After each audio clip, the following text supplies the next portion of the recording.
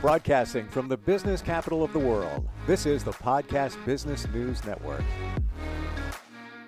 Stop trying to be perfect. Stop it. Don't do that anymore. Why are you doing that? Well, let's look at why you're doing that versus some alternatives. And I believe that many of us try to be perfect in certain areas. Guilty as charged. Tell you a story in a little bit. First, I want to bring her in here. She is a interior designer, but also offers so much depth when it comes to the way we think, the way we approach things, also the way she approaches her projects. She's our professional of the year. Kristiann from Kristiann Creations is back. How's it going? Going good. Just trying to be perfect, every Is day, there all day. does perfect exist? Does it exist? I don't think so, honestly. I think it's more of like an ideology of like perfectionism. It's in some people's mind, like everyone's got a different vision of what perfect is, right? But is it such a toxic trait where we're either striving to be perfect or we're settling for mediocrity? So I call it, this is my new term of the day, unaligned spinal action, because I think of it like scoliosis of your brain, basically. So you're trying so hard to like get everything lined up perfectly, and then there's that one glitch, and you're like, I just can't get that one missing piece or that one ingredient, or like maybe I'm just not doing it because I'm lazy in the moment and I can't get to that position of power and success that I want because I'm missing that one key ingredient. Hmm. And what could that key ingredient be? Just something that you can't get to make it perfect? Yeah, I mean, so for example, so all day today I've been working on writing up a quote, just design related for a second, of this really like in-depth, like solar panel motorized set of blinds for a big window order. And there's all these like little pieces that are involved to make this whole thing work. And the main part, so I wrote the whole thing up and I missed the whole main part was like the actual motor. I forgot to put it in there. And I went back and looked through it. I'm like, oh my God, I didn't put the motor in. And it's like that one key thing could make the whole thing fall apart and just not work. Right. So it looks fluffy and great and big from like the exterior. But if you're missing the one key part and component to make the whole thing work and operate, you're not going to be successful. Bottom line. And that can go with anything in life, honestly. It could be like your business plan.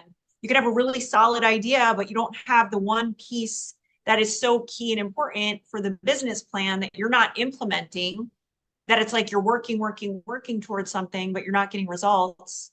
Why aren't you getting results? Because you're missing that one piece. Why do we try to be perfect? Why do you try to be perfect? I don't know. I'm not trying to be perfect anymore, but it took me years and years and years to finally figure that out. And I was going to grab, there's a newspaper clipping in my office right over there when I was 17. And I was wanting to be a cartoonist when I was younger. Came very close. Library did a display of me when I was 17 and did that article. It's on the wall. And there's a quote in there that says, at 17, I'm a perfectionist. And then there it started. But I think many people, myself then included, and years later, you use that label to be a somebody. It's got to be perfect. It's got to be perfect. And it's to make up for things that aren't perfect, where maybe you had issues when you were younger, going back to your childhood, where you just now you feel it's got to be perfect, even to the point, not long ago, my kids would be running in a hallway. I'm like, stop, stop, stop. You're going to mess up the walls. And I mean, repaint is, and I'm like, stop, jerk. What are you doing? Who cares? Let him scrape up the wall. All right. So I got to paint it again, whatever. Um, but I would let that get in my way because I wanted, the walls to be perfect. Nothing's perfect. If you try and make it perfect, it's impossible. But I believe we try to be perfect because of reasons in our childhood. If you trace it back, Mm-hmm. there's incidents, there's things. I don't mean horrible stuff, but whatever. There's things back there that lead to the perfectionism. Now, what did you call it? spinal, Unaligned spinal action. unaligned spinal action. So is that versus perfectionism? Yeah. So basically, okay, I know adults in my family who, they work hard, but they have always like they've worked hard enough to get to a point and then they just stop at that point. They don't work beyond a certain point. So like, and I've noted and I've like studied this amongst people in my path where you see that someone's putting in the effort, they're working hard, or they're like assembling something. And you assemble it to a point where, okay, it works and it's fine, but it could be better. It could be better. So you're just like getting it to like a baseline instead of what it should be. And to me, that's like mediocrity, right? It's mediocre. Like it could be better. I don't want to agree with you because I feel it's a fault of mine, but I agree. I Like do it too, though. it's I've caught horrible. myself doing it. It's like I'll do something. I'll record a commercial for radio, whatever. Instead of one or two takes, I'm like, that sounds fine. Let me do it again. That's good. Let me just try to one more. Let me just punch up one word. I'm like, anybody else listening to it would say, dude, they all sound the same. What's the difference? What are you talking about? And I'd be like, no, just a little bit on the T at the end, blah, blah, blah, blah, whatever. I don't know what it is, and I'm not trying to be perfect, but and I've abandoned the perfect.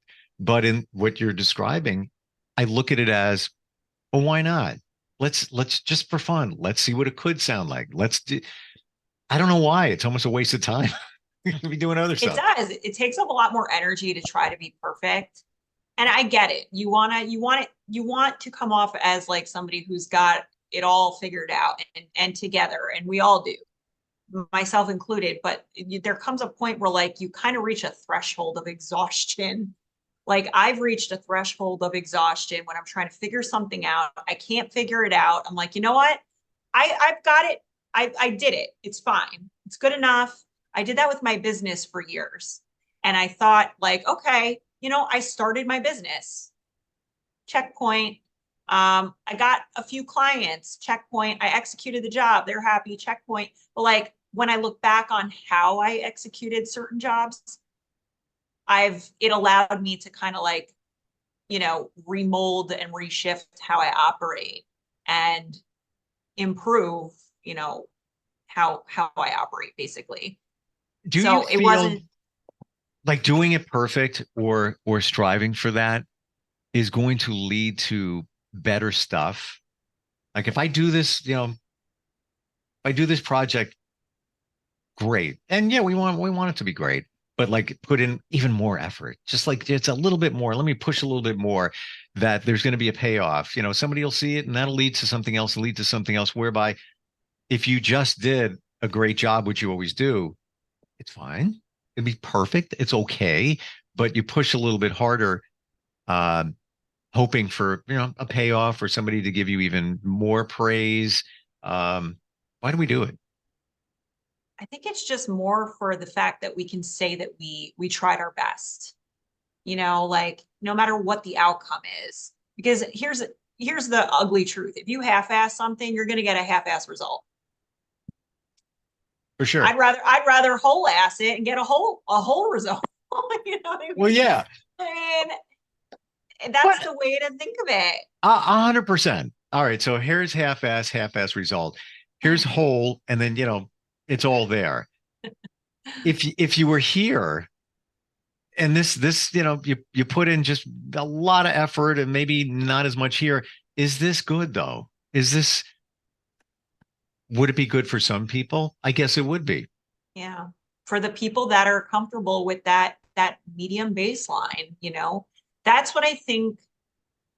And I don't know if this really is the right way to say this, but that's what I think separates people of high success versus people who are like, they're successful, they're doing things, they're showing up each day versus the people that are just comfortable.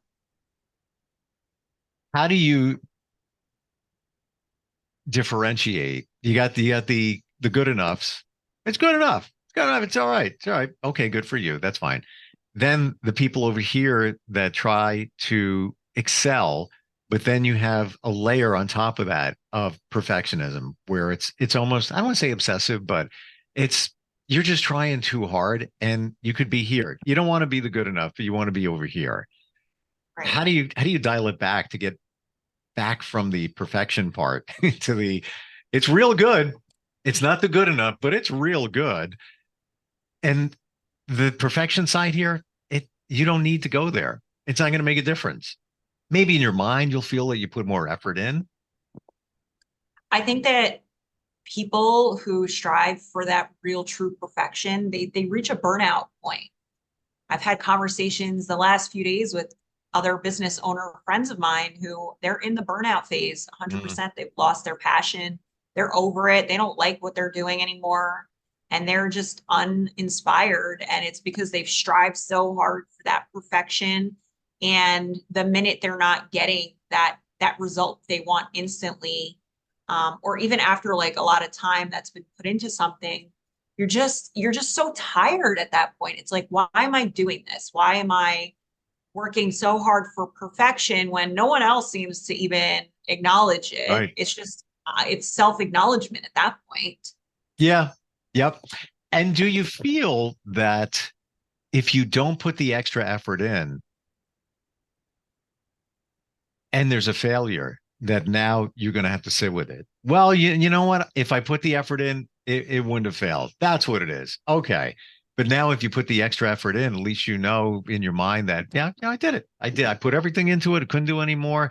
Albeit it may have taken twice, three, five times longer, and you could have been getting other work while you're focusing on this one project. But at least you can say, and I'm not saying this is the right answer, but at least in our minds, we can say, well, I did all, and that's the best it can be. And if there's a failure, whatever that might be, then at least you feel better that you've taken every effort to avoid a failure. Yeah. Well, so that's kind of where I am right now. Like, and this is like a rabbit hole of a problem for me as a creative and an entrepreneur. For me, like when it comes to design, trying to figure something out, perfect it, and being okay with the result being it looks good, people are happy. Sure, maybe I could have done better. Maybe there's a lot of maybes, but also like in my personal life, like with the other creative projects I'm working on, like when I'm doing a photo shoot or when I have a specific goal that I need to meet, it's important for me to show up and do the extremities, like to get the result that I want. So I can say when I get to this point, if I'm not satisfied with what the result is, at least I could say I really did try my best. So it's like a double-edged sword in a Yeah. sense. And you kind of have to just be okay with whatever at that point.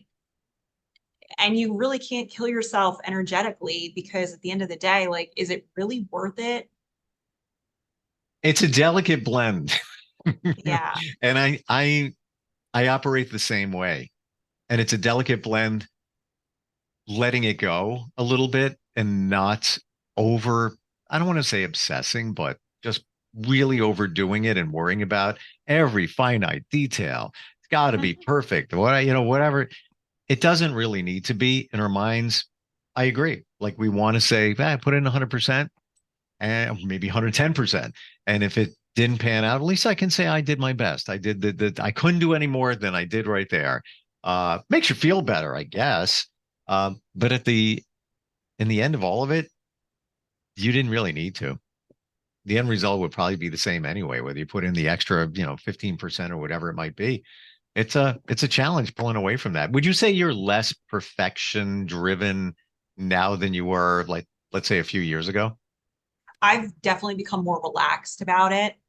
I think I would say 2 years ago, I was destroying my brain, like trying to be perfect in every way possible. And honestly, so this bled into like taking shortcuts that I thought were going to lead me to success that cost me more money than anything in the world. And it like cost me my soul and my money and like trying to be perfect and try to get a perfect result by taking the shortcut to get there. It completely blew up in my face.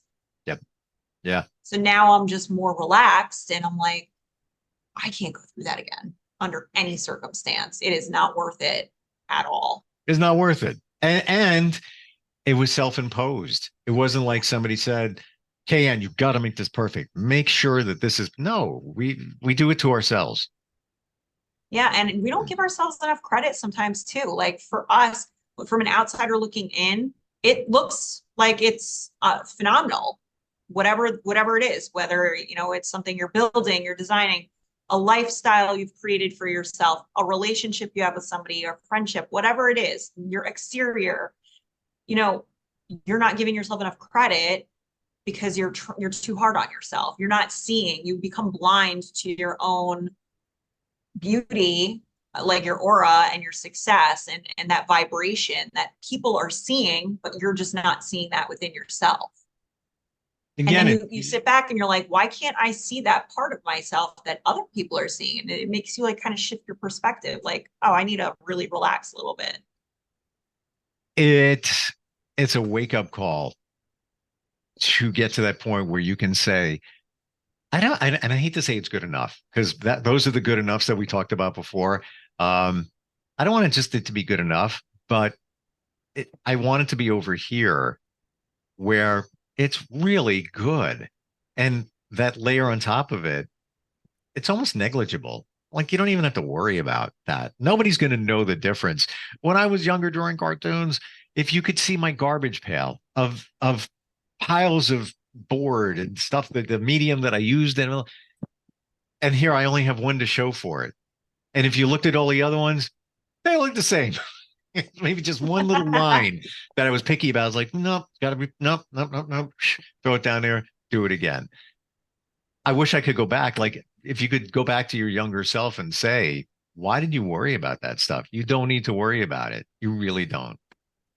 Because in that moment, you don't realize that it's not that important. Every person I've had a conversation with who has been severely bullied as a child, it bled into their adult life. Just as an example, like these are people who are so extremely fit, like they need to be in the gym for 3 or 4 hours a day. They need to eat incredibly clean. They have something to prove to these people that really hurt them when they were very young. And it's to a point where like they can't even be at peace within themselves because they're striving for this crazy perfection based on something they've experienced as a kid at a very young age. And I feel like, just like you said earlier, things like that, anything that could have happened early on in life, it kind of creates this projection in your mind that you have to like work through that or like prove a point to some degree by being overly perfect. And it's not an exciting life to live. You have to do these things for yourself. You have to do these outcomes of success should be for your moral compass, for your values. What is in alignment with what you're trying to build here for your life. It's not to prove to, like little Jimmy back in the 3rd grade who called you fat or whatever. You know what I mean? Like it's So more to that. There's so much more to that than life. you just described my life. I was bullied as a kid because I was the fat kid. And that's where a lot of my perfectionism came from. Not even kidding. And when I was in my 20s, as a man, I had a 28-inch waist. WTF. Wow. I'd eat a bowl of cereal a day and I'd be fine with that. And then that was it. And it got to a point where, I wasn't obsessed, but I was just like, that was me. And then I got to a point where I was like, years ago, just let it go. Let it go. Is it on my radar, to stay healthy and fit and everything? Yeah, absolutely. But it came from just what you said. And bullied on the playground. I'm the kid, didn't get picked for dodgeball, wasn't on the team, just would walk around looking for something to do while everybody else over there playing. But yeah, that's where the perfectionism for me came from. 100,000%. It's understandable. I mean, you can use that. You can use those moments as a catalyst for sure to make you want to be self-motivated, to be better. And I don't think there's anything wrong with that at all. I mean, I was also very severely bullied as a kid. I had lunch meat thrown at me every day at school. And I would have eaten it. I used that as like my motivation. Looking like after that, I was like, I'm done. I'm not dealing with this anymore. I'm gonna make the best of myself. I'm gonna make something of myself, and I'm gonna just prove to anyone out there that like you can come out of this and you can do something really fantastic with your life, and it doesn't have to define you. Because those moments and those years, they don't matter. They don't define what 35-year-old Kristiann is gonna be. No.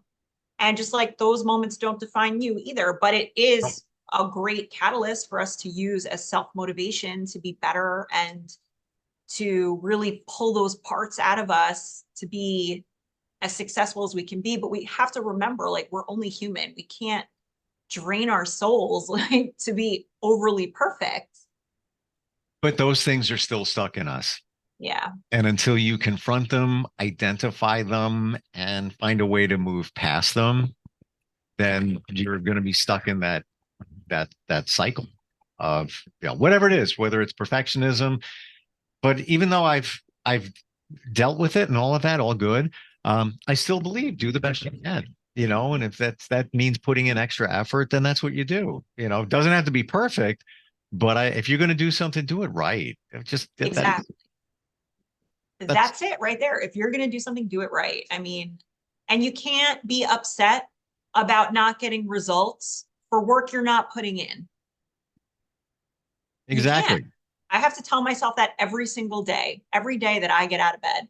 That is my mantra, because there are days when I'm like, I'm just not doing this today. I'm not going to do it. And if I'm going to do it, I'm going to do like little lulls. And I'm like, no, I'm just not going to be satisfied at the end. So you have to put in what you want to get out of it. Well, that's a really good point. If you're not into it at the moment, then don't waste your time. Wait till you're ready to jump in and really dig into it. I have tons of ideas, and I have to build out websites for different business niches. I haven't had time to do it, but it's my own fault. You know, I'm like, that could be working really well. You didn't put the time in. It's not going to happen. It's just not. And even my web developer just messaged me before. He's like, "Do you have the content for that thing you wanted me to work on?" I'm like, "Yeah, no." I haven't had time because I've been doing other stuff. But that's on me, and I can't expect it to work because I didn't birth it yet. So that's I got to find the time to do it. But I know, and everybody operates a different way. I know that I need to set the time aside, like one full afternoon of writing content, copy, and all of that, and it'll be fine. I can't piecemeal it. I got to dig in. Rainy day. I wait for a rainy day on a weekend and do it. And everybody has a different mode of operation, but that would be mine. That works for me. Mine is at night when it's dead quiet, and I can't find ways to be distracted, and I know like the world is asleep. That's when I am on my computer doing all the things that I said I was going to do during the day that I just can't bring myself to do because of outside noise. You lie. You go to bed at 9:30 every night. Well, lately I've been going to bed at 9:30, but on a good day, okay, all right, I'm getting things done. See, I can't do that at night because I power down, and I'll even lay on the couch. I'm like, I'm going to watch TV tonight. I don't watch TV. I never watch TV. I'll get on my phone and then, pet the cat, dog, whatever. And then that's it. That's the end of the night. I can't do that. Yeah. Everybody's different. I know I would not have the energy at the end of the day to do that. I wish I could. I wish I could do that. I'd probably extend my day. Or, the other thing is wake up earlier. That's also on my radar. Got to start doing that. Yeah. Yeah. Hard to do if you're a night owl. Yeah. I like sleeping though. This is just a part of the way you operate in terms of how you approach projects. I mean, if I'm going to hire anybody, it's going to be you because, you're like borderline perfectionist. What's your website again? It's KandCreationsandDesign.com. Awesome. Always great talking with you. You too. Yeah. Feeling reinvigorated. Yeah. Inspirational. I have to set the goal. The end of the week, I'm going to have that website done. Just pray for rain. That's all. And we'll talk soon. Okay. Sounds good. All right. We'll be right back.